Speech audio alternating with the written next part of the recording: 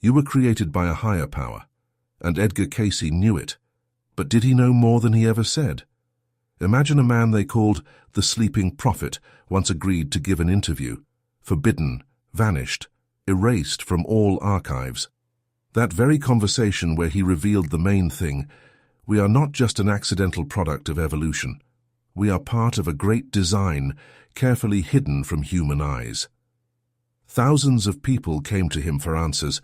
Lying with their eyes closed, Cayce would whisper diagnoses to them, tell them how to save their soul and body. But beyond the walls of his office, people whispered something else. He saw what he was not supposed to see. And one day, Cayce confessed. His knowledge did not come from himself. He was only a conduit, connected to a source that we call God, or something else that stands above any religion. As he himself said, all these sessions were just preparation, because the real truth he kept inside until the very end.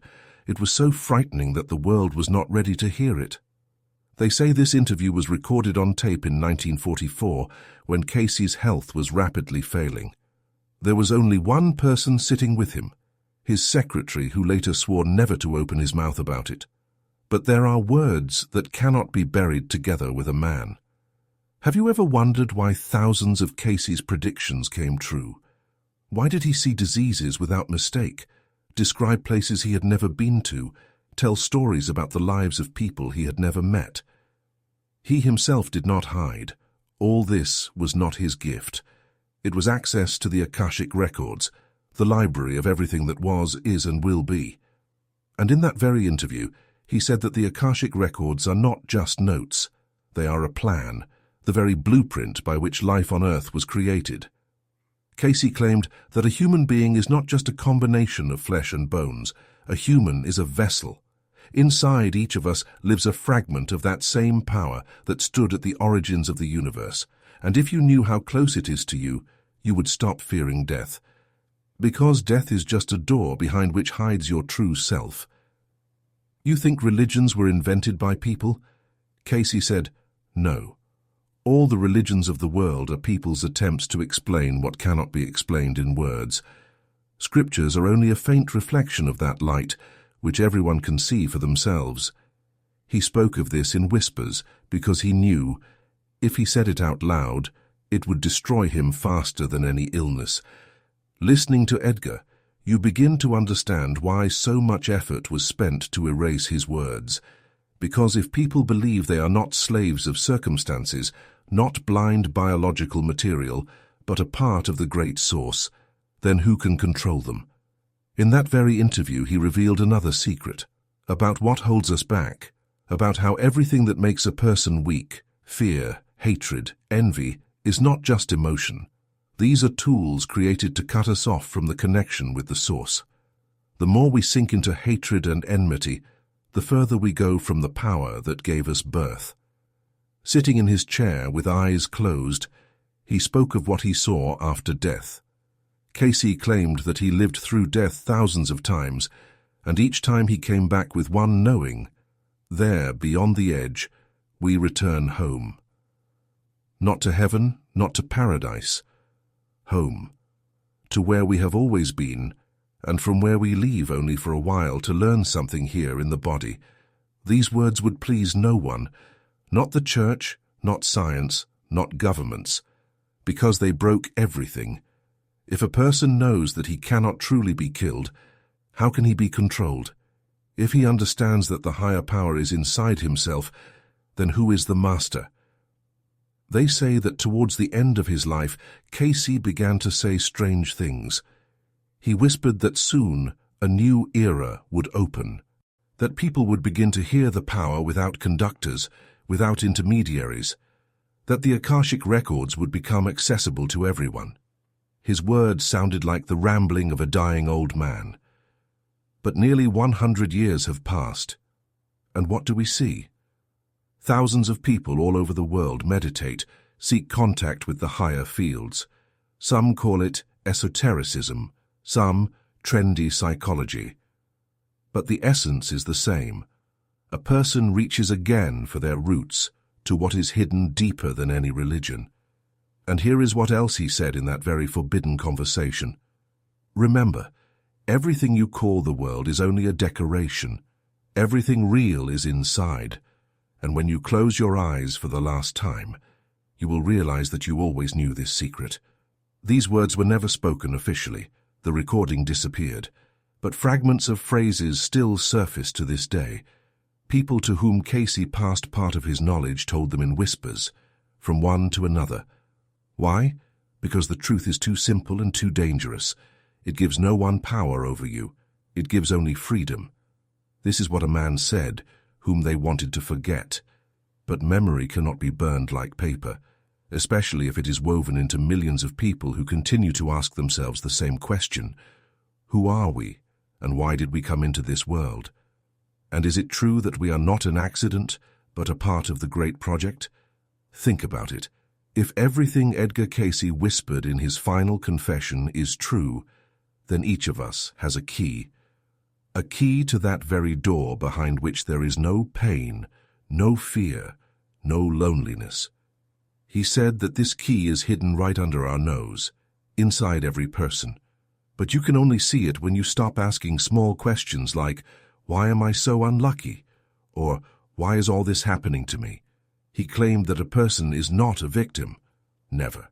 Even the sickest, the poorest, the most broken one keeps inside the spark of that power that can change everything in one instant. But this key does not open with money, status, or intellect. It opens with only one thing, the willingness to accept the truth no matter how frightening it may be. One day Cayce told his closest student, "The biggest lie humanity ever invented is the idea that we are alone, that everyone is for himself.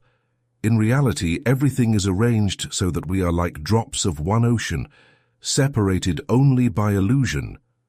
These words sounded too quiet, but they were heard by those who needed to hear them. And do you know what he added? That the time will come, and even the most stubborn materialists will start to see signs around them.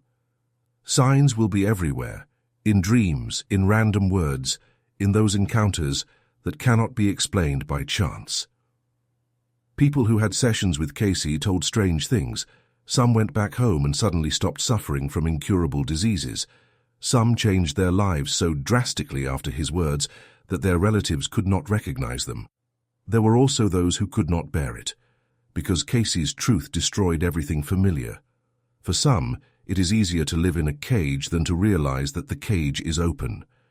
He said that our world is a school. There are no punishments for the sake of punishment here. There are only lessons we choose ourselves. Illness, poverty, loneliness. All this is not punishment. It is a challenge, behind which there is always a question. Are you ready to remember who you are? Cayce once whispered to his secretary. If people knew who they were before this birth, they would not cry about lost opportunities, because everything repeats until you wake up. And this same secretary later confessed, sometimes he caught himself thinking that he could hear other people's thoughts, that he felt people in a way he never had before, as if he himself had become a receiver of that power that once turned an ordinary American into Edgar Cayce, the sleeping prophet. But why was he afraid to reveal everything during his life? Why did he call this interview forbidden? It was not fear for himself. He understood that the truth could kill those who are not ready to accept it. Destroying the familiar world is dangerous. A person clings to the walls of his prison, as if something scarier than freedom is hiding behind them. In the last days of his life, Cayce hardly slept. His family said that he often lay with his eyes closed, whispered names and dates that no one could understand. Some are sure that then he was closing his old matters, or maybe leaving new messages for those who could hear them later. They say there are people who keep fragments of transcripts of that very conversation. Rumor has it, they contain lines saying that one day a person will learn to heal himself with the power of thought, that diseases will go away when fear gives way to knowledge, that death will stop being the end, because people will finally see that it never was the end. Imagine how your life would change if you knew for sure. No one stands above you. Not a boss, not a priest, not a president. You are part of that very power that holds the whole universe. It is in your breath, in the beating of your heart, in every thought that slips away when you fall asleep. And exactly in sleep, you are closest to it, so said Cayce. That is why he received his answers while sleeping. He called it a diving into eternity. He said that in sleep, a person returns to his true home, to that space where there is no time. There is no past, no future. There is only what you have always been. And in that space, each of us sees again everything, who he is, where he came from, and where he will go when time here runs out. Cayce's words about humans being created by a higher power are not just a beautiful metaphor. He claimed that he saw this process. He saw how millions of souls choose bodies and destinies like actors choose roles. He saw how those who are not ready for a new role wait until they are ripe. If all this is true, then everything we call reality is just a stage, and we are actors who have forgotten that once we wrote our own script ourselves. But here is what is most frightening in Cayce's confession. He said that a person can step out of the script at any moment. Imagine how much strength it takes to understand your poverty, your illness, your pain. This is not a sentence, but a decoration you yourself chose. But if you are the author, then you can rewrite everything anew. He said he saw how only a few do this. The one who realizes himself not just as a body and a name, but as part of the great source, can create his life just as the source created worlds. But for this, only one thing is needed: to remember. Not to believe, not to invent, but to remember. Because deep inside every person this knowledge never died. Cayce repeated again and again, "You will not die. You will simply take off the costume and go on." And in this was the power of his words, because if death is not frightening, then what can stop a person? Money, the power of other people, society's opinion. All of this loses meaning if you know that you are eternal. The most curious thing, how in that interview he spoke not only about a person, but also about what awaits the whole world. He said that eras replace each other according to a great plan, that every destruction gives birth to something new. He saw wars, diseases, crises, and said that all of this is only waves on the surface. The depth is always calm, but if a person remembers who he is, he stops being a pawn. He becomes a co-creator. And this world where people realize they are not a herd, this has always been feared, because such a person does not fear old age, does not fear death, does not fear being left without money or work, because he knows all of this is temporary, all of this is a game. Have you ever felt that everything happening around you is like a performance? Random encounters, signs, déjà vu, dreams that seem more real than the day. Cayce said, "This is exactly how the Source reminds us. You are still sleeping." He claimed that even the most convinced skeptics, atheists, and materialists at least once in life see this hint. But not everyone hears it. One of the strongest moments in that conversation was when Cayce said, "Do not believe me. Believe yourself. Because you are me, and I am you." In these words he encrypted all his knowledge. He did not call God God. He spoke of the Source, which is not outside us, but inside. Not somewhere there, in the clouds, but right in your blood, in your breath, in what you call conscience or the voice inside your head. They say that after this conversation, his health sharply deteriorated. He hardly ate, did not sleep, said that he felt how he was being called back. His family was afraid that he was delirious, but he only smiled and whispered, "I am just going home." Why did he agree to this interview if he knew that his words might not survive paper and tape, perhaps to leave a crack in the wall of oblivion, so that these words would one day reach those who are ready to hear them? And if you are reading this now, it means someone carefully carried them through the decades. Think about how many times it seemed to you that you were in a dead end, that there is no way out, And what if this dead end is just a lesson? What if you always had a choice? Cayce said, "It is never too late to remember who you are. Even on the deathbed, a person can wake up and free himself from everything that bound his life. His ideas still frighten today. Because if even part of the truth is true, then a person is truly not subject to any chains. He can be deceived, intimidated, forced to forget.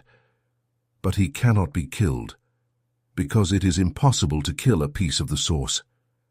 Maybe that is why in the darkest corners of the world, where people have almost lost hope, suddenly something new flares up. Someone sees a prophetic dream. Someone is healed from the incurable. Someone dies and returns to tell about the light beyond the edge. All of this is the echo of what Edgar Cayce whispered in his forbidden interview. He said, "One day the truth will be obvious to everyone, not because a prophet or a messiah will come, but because you yourselves will become those who no longer sleep." Think about it. If all this is true, then each of us right now holds not an invisible chain but the key to it. And this is the scariest thing for those who for centuries built walls out of fear and dogma.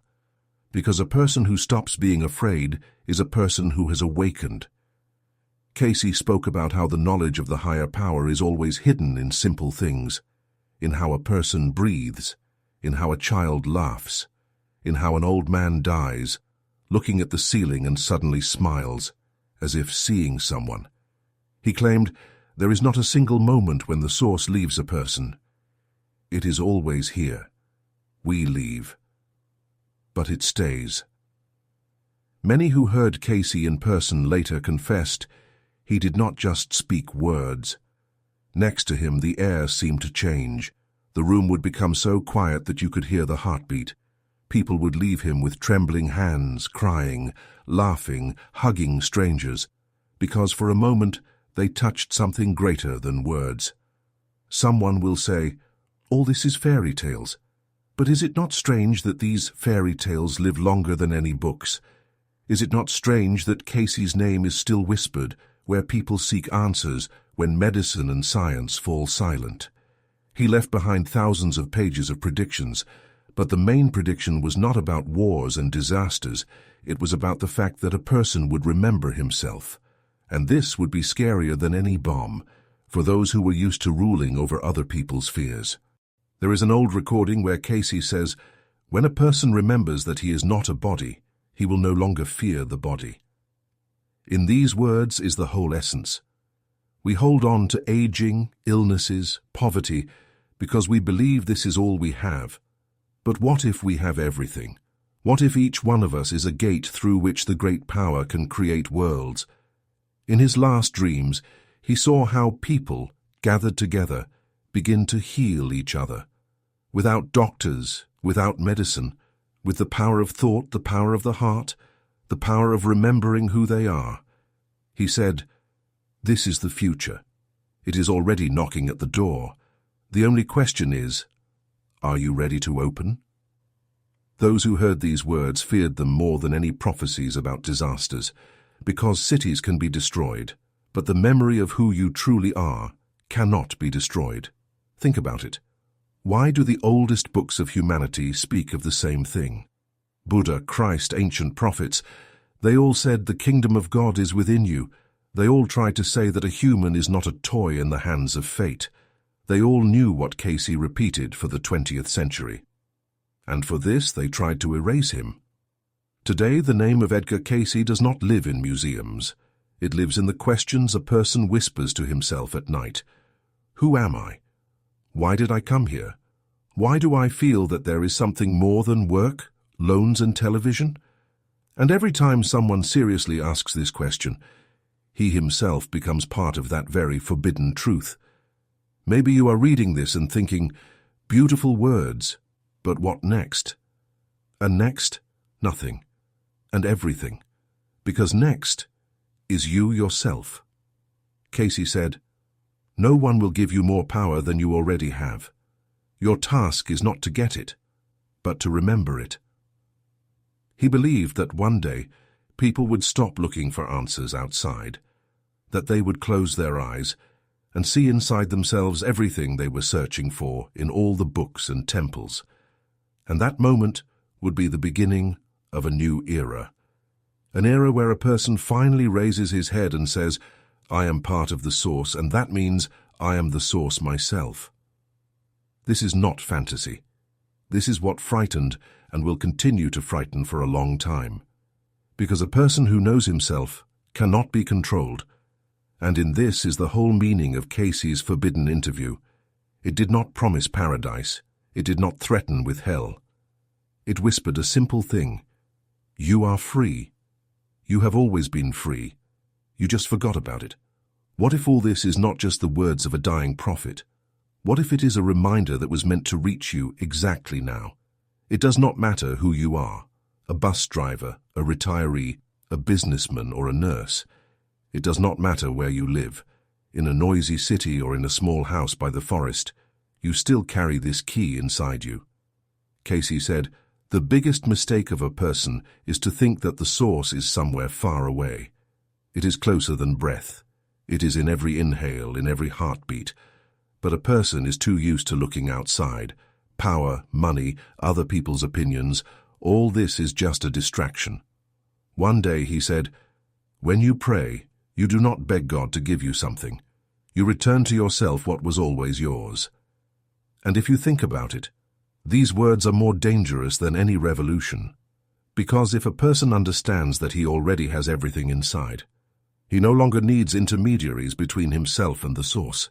In that very forbidden conversation, Cayce confessed, he knew that his words would survive any bans, because the source will always find a way to speak to those who are ready to listen. Through a random book, through a dream, through someone else's words overheard on a bus. Through a text like this one you are reading now. He believed that the truth does not shout and does not scream. It whispers. It sits quietly inside and waits until a person finally stops being afraid to hear it. And then everything changes. Maybe that is exactly why you are here now. Maybe these words were meant to reach you not earlier and not later, so that you would stop for at least a second and ask yourself, who am I? Whose am I? And where am I going when I close my eyes for the last time? Edgar Cayce left almost a century ago, but every time someone asks themselves these questions for the first time, he seems to return, because he was not a prophet to be worshipped. He was a guide to what lives inside you. And now answer yourself honestly, are you ready to remember? Are you ready to open that door behind which there are no fears and no excuses? Are you ready to see that everything you thought was your prison is only a decoration? They say that when he was dying, he whispered his last phrase, remember me not for me, remember me for yourself, because the truth is not in him, the truth is in you, and the key to it is in your hands. Maybe this is exactly why one day it is worth closing your eyes, not to fall asleep, but finally to wake up.